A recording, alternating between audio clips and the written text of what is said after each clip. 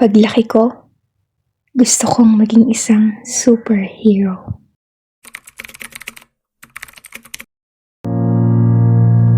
Noong bata ako, nakasanayan kong matulog tuwing tanghali. Pinapagalitan kasi ako ni nanay at sinasabing hindi raw ako tatangkad. Nakasanayan kong umiyak ng malakas sa tuwing nadadapa ako o hindi sinasali ng mga kalaro. Sa tuwing pinapalaw ako dahil matigas daw ang ulo ko at sa tuwing hindi ko nakukuha ang aking mga gusto. Noong bata ako, natatandaan ko na gusto kong maging isang superhero. Gusto kong maranasang lumipad. Gusto kong maranasang makatakbo ng sobrang bilis at kung saan-saan na mapadpad. Gusto kong makapagpagaling ng tao sa isang pitik lang. At gusto kong maging rason kung bakit may mga taong pinipiling lumaban at harapin ang hamon ng buhay. Habang mas bumibilis ang ikot ng mundo, mas naging mulat ako sa realidad. Naging saksi sa iba't ibang karanasan at iba-ibang paraan ng pag-usad.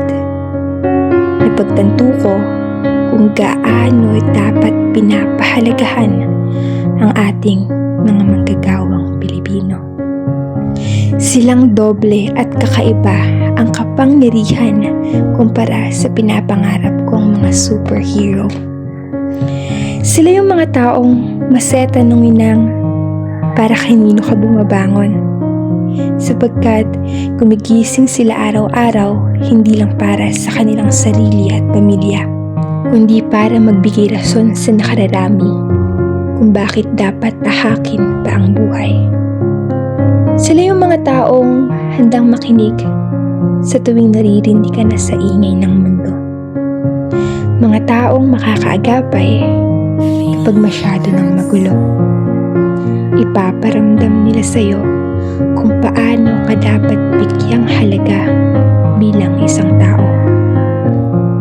Mga taong may kinakaharap ding problema pero palagi pa rin nariyan kapag kailangan natin sila. At higit sa lahat, mga taong dahilan kung bakit marami pa rin nagpapatuloy at hindi sumusuko sa laro ng buhay. Kaya't kung tatanungin akong muli kung ano nga bang pangarap ko pa rin namang maging isang superhero. Ngunit hindi na iyong mga may kakaibang klase ng kapangyarihan, kundi iyong mga totoong superhero ng mundo, ang ating mga manggagawang Pilipino.